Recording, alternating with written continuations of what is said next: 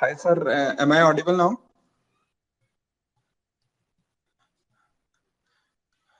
Good evening, Mani, sir. Am I audible? You are on mute.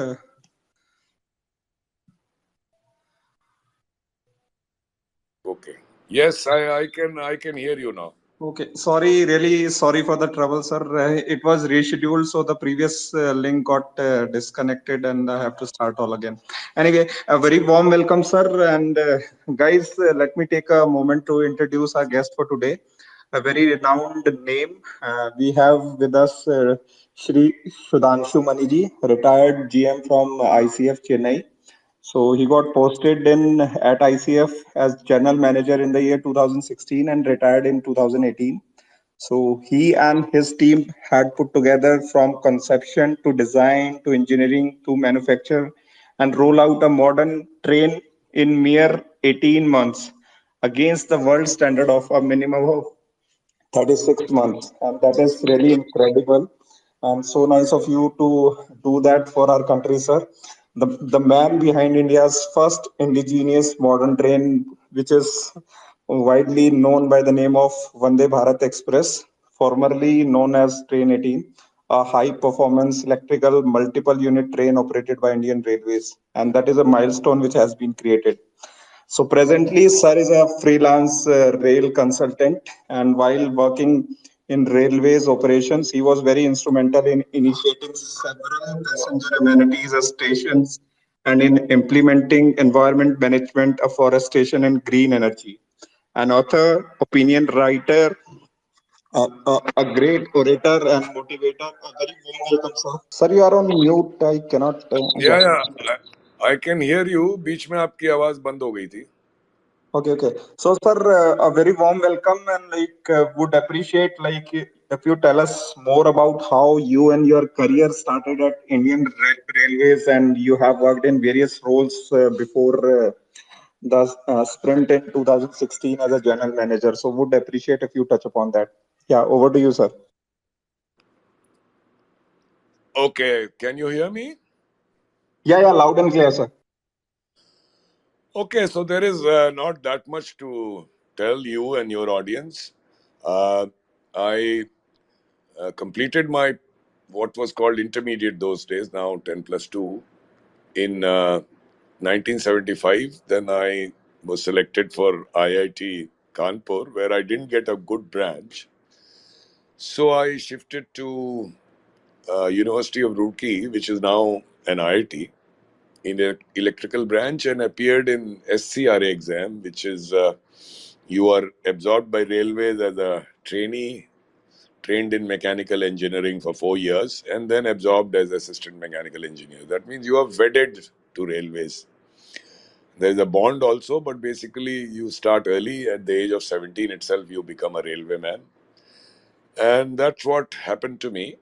After completing my training, I then joined as assistant mechanical engineer in the eastern part of the country, in Eastern Railway. After that, I worked in various positions in Eastern Railway, then RDSO Lucknow, DLW Varanasi, Sikandrabad division in Sikandrabad, then Lalaguda workshop in Sikandrabad. Then I was DRM of Bangalore division. I was also given a stint for 3 years in Germany as the only railway advisor outside India for interacting with various railway systems all over the world. Then I was the chief mechanical engineer of the rail wheel factory in Bangalore. And my last posting was in 2016, as you already told in the introduction, as the general manager of Integral Coach Factory. So I hope I have been able to answer your first question. Right, sir. So, sir, what inspired you for the Vande Bharat project, and what were your goals for this project, and how brilliantly your team helped you with the idea?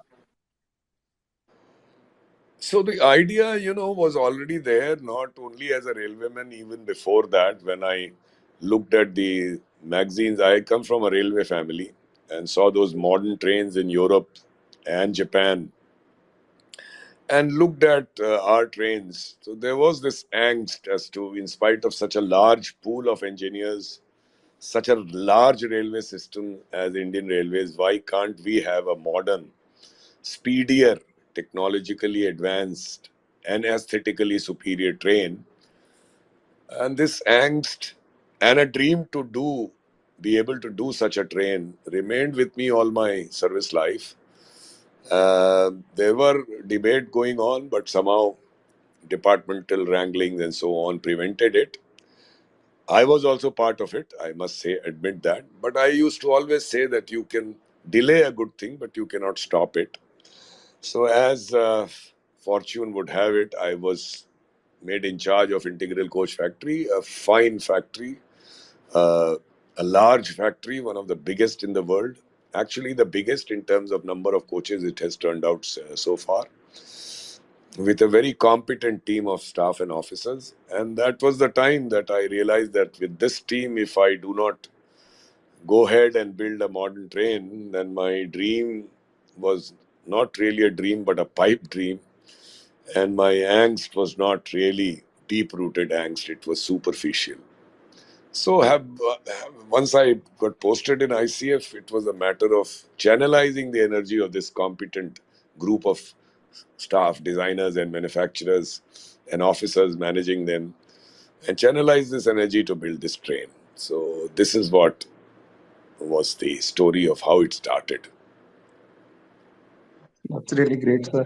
So, sir, can you discuss the design and engineering features of the train that make it unique and innovative, being the first indigenous modern train for the country? Okay, so you see, the train, it's called a train set, which means unlike a regular train where you have coaches which are attached and detached and locomotives, this is nothing but permanently coupled coaches, 16 in this case. There's no need to detach them. There is no locomotive on either end. All you have are two cabs, and all the equipment to power the train is placed under the board, and all the area above the board is used for passenger amenities. So you get more space and you can provide more amenities. And you can pack a lot of power because there's no loco. The entire train, you can say, is a locomotive. So you can provide very good acceleration and deceleration, cut down travel time. This was the USP, and in addition, there were many new passenger amenities added, like automatic doors. When the train is standing, only then the door would open. A train would not start till the door is closed. Then touch-free intercompartmental doors, talk-back facility to the driver, diffuse lighting, handicap-friendly toilets, a modern vacuum evacuation toilet. Your uh, the seats in the executive class, can rotate full 360 degrees so that you can face the other side. And there were so many other, amenities provided, which would make the travel experience a new type of travel experience for our passengers. So, if we talk about the safety angles, sir, like what all features you think are the differentiator as far as safety is concerned, and the price in which the project has been completed is one half or maybe one third. So, does that make anything like we compromised on the quality, or it's like beyond comparison? No, okay, so this comparison of one third, or as you rightly said, half, it's cent or so, uh, is in comparison to a train that would have been imported had this not been built in India. It's not a comparison with any existing train in India, which are cheaper because they don't have the modern features, they don't have that much power or speed capability. Safety, yeah, I talk to you about automatic door. What it means is you can occasionally you have cases where these heavy doors, if a child gets trapped on the other side, or even a weaker man or woman, they can actually fall off the coach. In a moving train, that door can be opened. Here, as I told you, the door would not open if the train is in movement.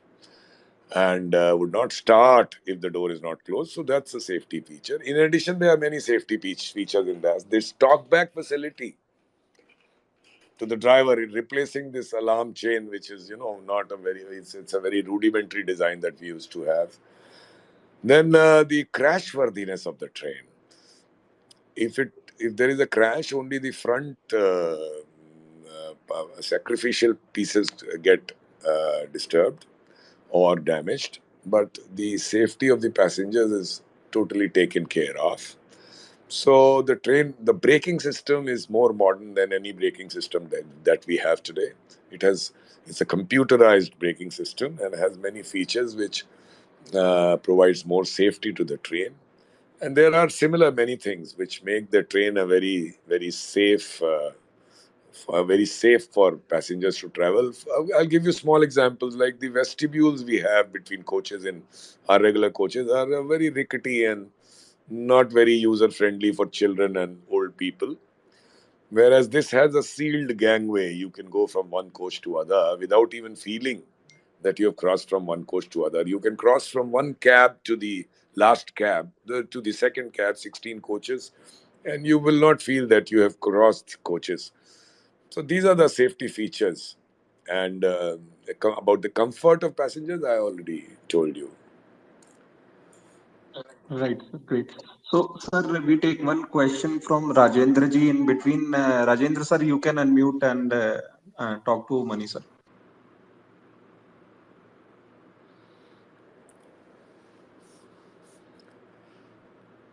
Rajendra, sir, still you are on mute.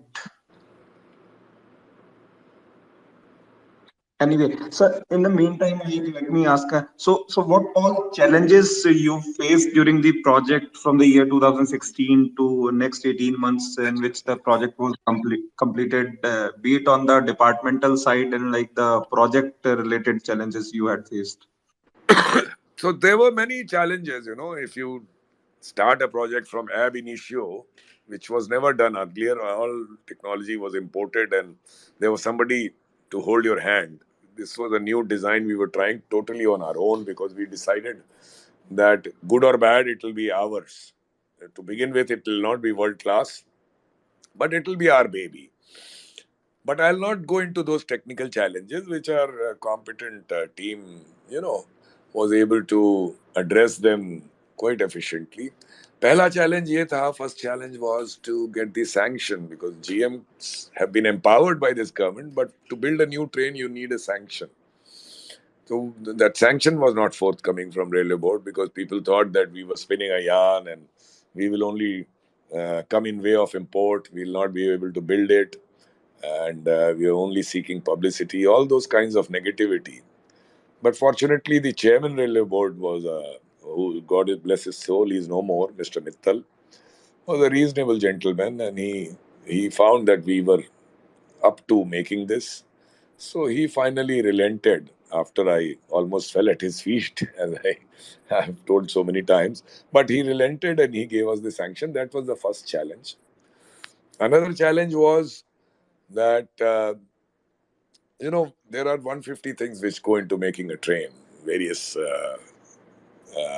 domain, various parts, various types of fittings, various types of equipment, and so on. So we were there almost there in practically everything. And more than ICF and Indian Railways, it was the support industry which had really picked up in last decade or more than, decades or so. And they came to our help and we placed trust on them and they rose to the occasion. There were one or two areas, or rather three areas, where we found that the gap between what we wanted and what we could really accomplish was large. So I remembered Shakespeare there that a fool doth think he is wise, but a wise man knows himself to be a fool. We should be a witty fool instead of being a foolish wit. So we decided those areas we will seek help from consultants, design consultants, and not companies, because they won't have any stake in future supplies, these consultants. They would only like to help you make a good design. So वो challenge we overcame very quickly by assigning three consultants who would work to our requirement. with the caveat that whatever they do, whatever drawings they make, everything would be with our people so that no Y remains with us. The IPR remains with ICF. And the last challenge, which I would like to say, was such a project usually takes, 36 to 42 months. And there was a risk that I'll retire in December 18. We were in April 17 और 21 महीने बचे थे सिर्फ. तो ये train बन नहीं पाएगी तब तक डिजाइन वगैरह का काम हो जाएगा. फिर न्यू लीडर में से कि भाई why you are purchasing trouble, why you making this train, what's the need, do more of the same. So we said that this is a challenge which we will overcome and try to do something which has never been done in the world, and that was that we will turn out this train in calendar year 2018 itself, and to remind everyone that the train is going out in 2018, we named it Train 18. That was the genesis of this name, and all these staff and officers of ICF actually rose to the occasion, and the train actually got completed in 18 months. Living up to its name once again. So these are the major challenges, and rest, of course, every day was a challenge, but every day we had a solution as well. That's great.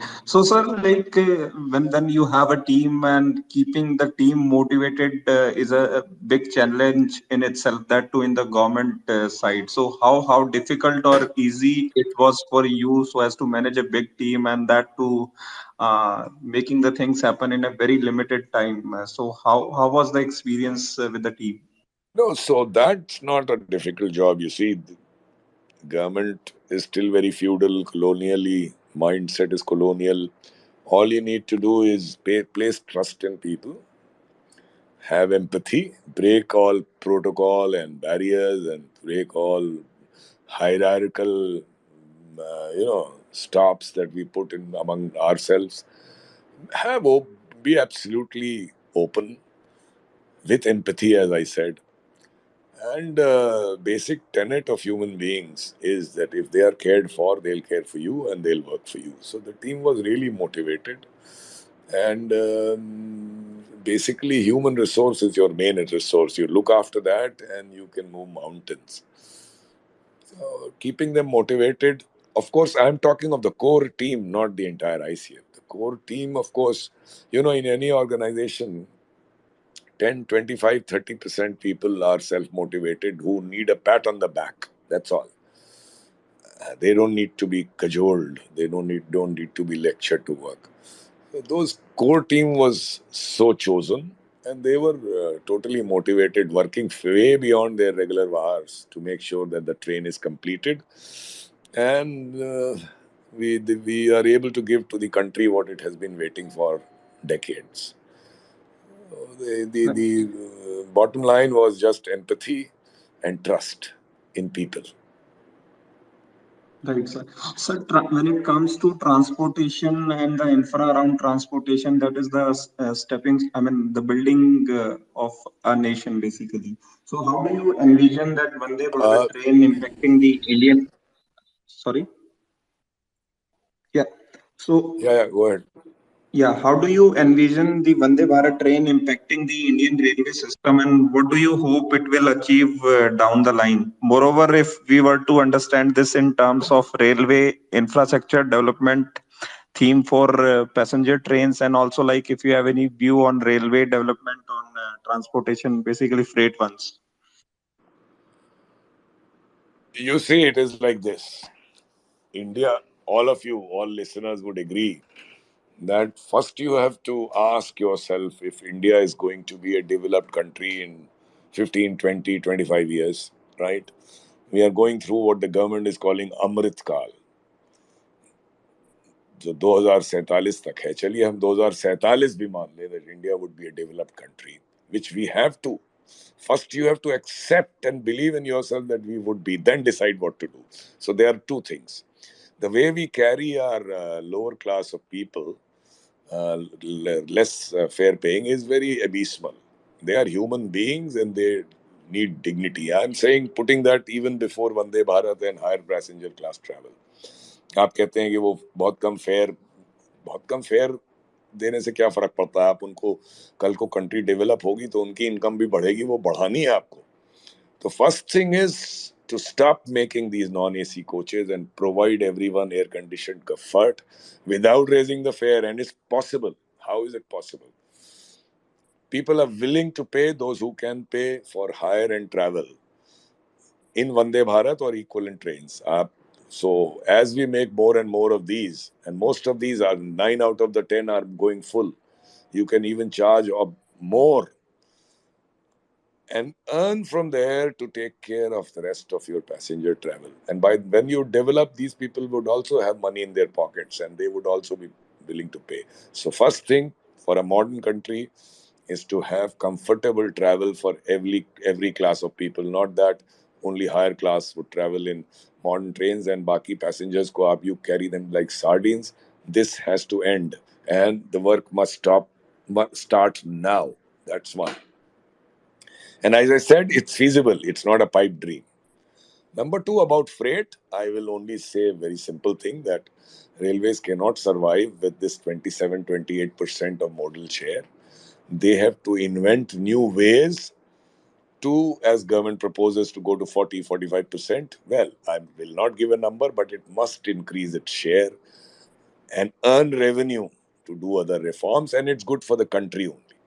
Because if the logistics cost is above 10% in the range of 13-14% that we have, that basically means that you are lacking in good logistics. Worldwide, the norm is to have it around 7-8%. And that will happen when you move away from, not move away, you keep carrying what you carry today, bulk commodities. उनमें बहुत traffic बढ़ने वाला नहीं है. कोल नहीं बढ़ेगा, cement बढ़ेगा, food grain बहुत नहीं बढ़ेगा, फर्टिलाइजर भी बहुत नहीं बढ़ेगा, स्टील बढ़ेगा. लेकिन आपको ये जो फास्ट मूविंग गुड्स हैं, पेरिशेबल गुड्स हैं, उसमें जाना पड़ेगा क्योंकि वो एक मेजर चंक है और उसमें का टैरिफ भी अच्छा मिलता है. केवल वो आपकी ट्रेन से इसलिए नहीं जाता because although you move fast from point A to point B, but both at point A and point B, your last mile pickup and last mile delivery systems are very poor, and there is no timetable of delivery, unlike that is on the road. Railway being 8 times more efficient than 6 to 8 times more efficient than road in terms of fuel efficiency as well as being more green. So there is no way but to increase the modal share. ये गति शक्ति and national logistic policy के through इस पे काम हो रहा है, but it has to be done more strongly so that railways start gaining their modal share from what they have today. Yes, So, go ahead.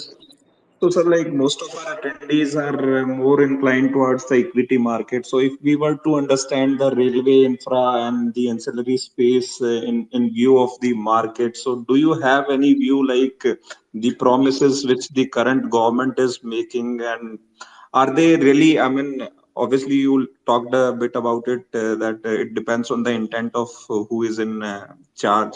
But again, do you see the current not getting into the politics, but again, the current government has a intent so as to improve on this side, so as to improve the railway infra to next level, basically.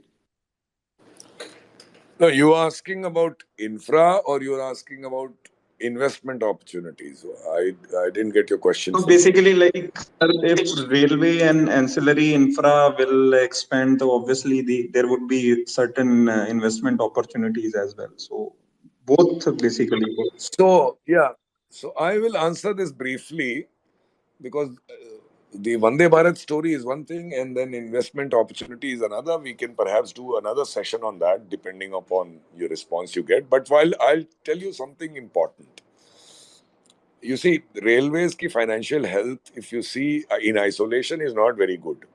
Railways is earning practically same that it spends. That means the operating ratio is around 100. If we uh, ignore the accounting jugglery done in last 2 years, not this year, then actually the operating ratio is above 100, which is not good financial health. Why? Because then it's not able to generate internal resources to fund its growth in infrastructure. But what has the government done? The government believes that railways financial health in isolation need not be viewed. Railways are an important component for the growth of the economy, not railways alone. Absolutely necessary for growth of the country, and therefore the government will fund all the infrastructure requirement of railways. So the infrastructure spend, the capex spend, which used to be 40-50,000, been increased to as much as 2.6 lakh crores in this budget, which is almost one fourth of the total capex spend of the country. So what does it tell you? The government's intent is totally in line with the requirement of the economy. And that is why you see spend on so many other railway. Now, it's not only trains. What is lacking is to spend more on track and infrastructure so that potential of these trains is fully exploited. अभी ये आप एक तरह से कह सकते हो कि मर्सिडीज जो है वो एक विलेज की एक रोड पे चल रही है. 160 की ट्रेन आप 120 पे चला रहे हो, 110 पे, 130 पे. तो वो पोटेंशियल एक्सप्लॉइट नहीं हो पा रहा. So more spend is required on tracks. I am basically a train man, but I would still say train से ज्यादा इंफ्रास्ट्रक्चर पे स्पेंड करना चाहिए, और उससे फ्रेट और पैसेंजर दोनों बिजनेस में it will be beneficial. And at the same time, as I said, if you increase the modal share, railways revenue should also improve. It's not as if government is funding all your capex, so you will not look at the railways operating ratio. It must be looked at, and it's possible only through increasing modal share. The intent of government is something which must be viewed in this light, that they feel railways is a very, very important engine for the growth of the country as a whole. Viewing it in isolation should not be largely done, because when you spend in infrastructure, you see it generates employment, it generates tax revenue for government, which is not being viewed as a railway's own financial health. But government does get money to spend through revenues. Employment की बात मैंने आपसे की, service sector improves, and so many things. So I hope I've been able to answer your question. But as regards the investment opportunities, that's also has to look up. When you're going to spend 2.6 lakh crores in railways, infrastructure, trains, stations, a lot of new things are going to happen, and the promise exists. It has to be tweaked to make it more remunerative. अभी वो थोड़ा सा बस किसी तरह पैसा खर्च करो ऐसे फीलिंग है जो has to be overcome. But specific to investment opportunities, I think someday you can have another session, because it requires very specific questions and answers. Sure, sir, sure. So we have one speaker with us, Kaushik. You can quickly unmute and ask question to sir.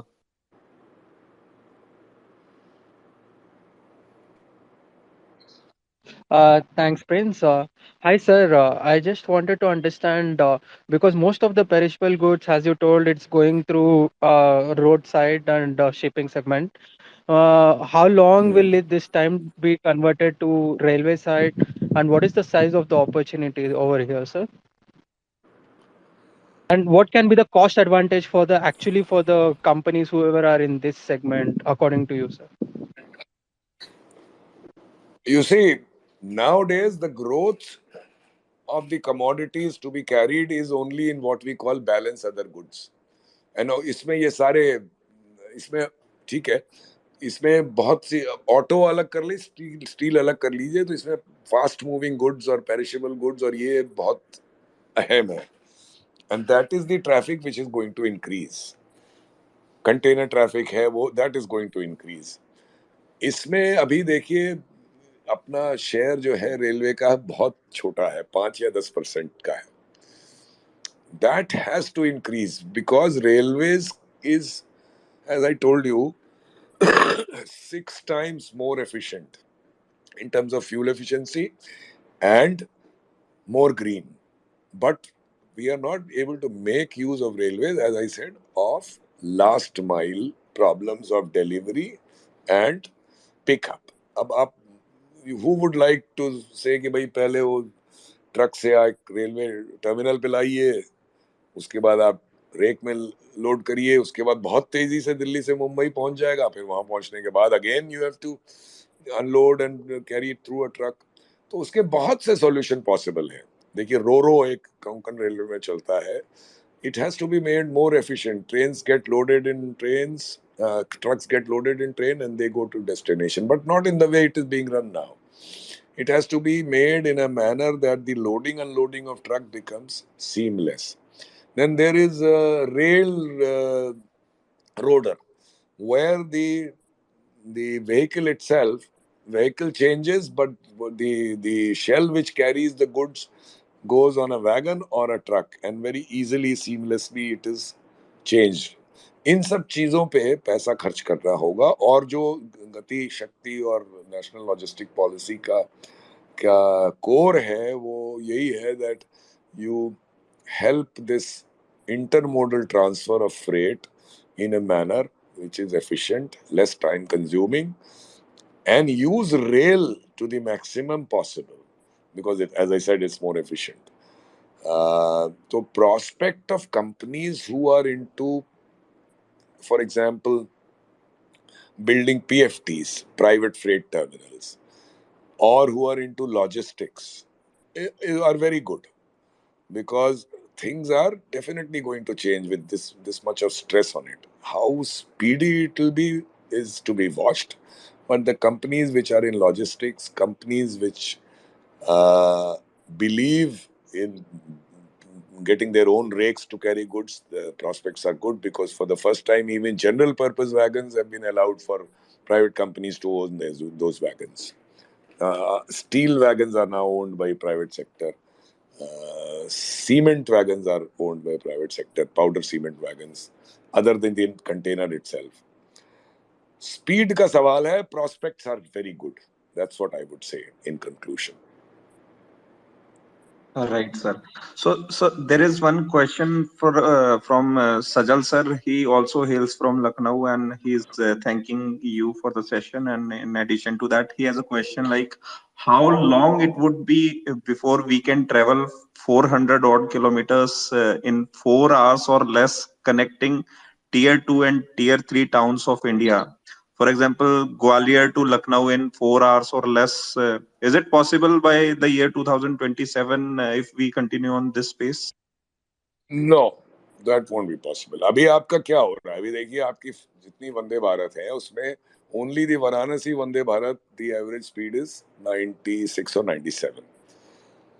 Lucknow to Delhi, roughly 500 kilometers. 100-kilometer average speed means 5 hours. If Lucknow to Delhi is less than 5 hours, say 4 hours 45 minutes, air traffic between Lucknow and Delhi would be greatly eliminated, and that's what we are looking at first. But for that, trains are there, trains are being built.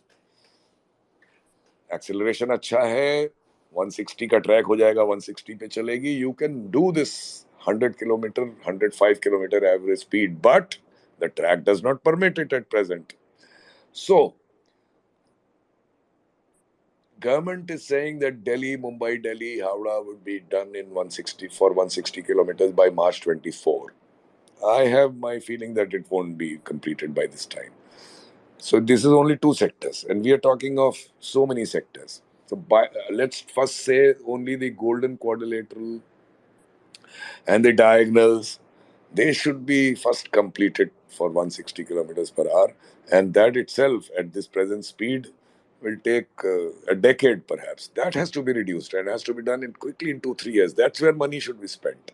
Once that is done, then routes like Gwalior, Lucknow, and as you mentioned would come. But first these major routes and then the smaller routes, we are some distance away. It's not going to happen in a hurry.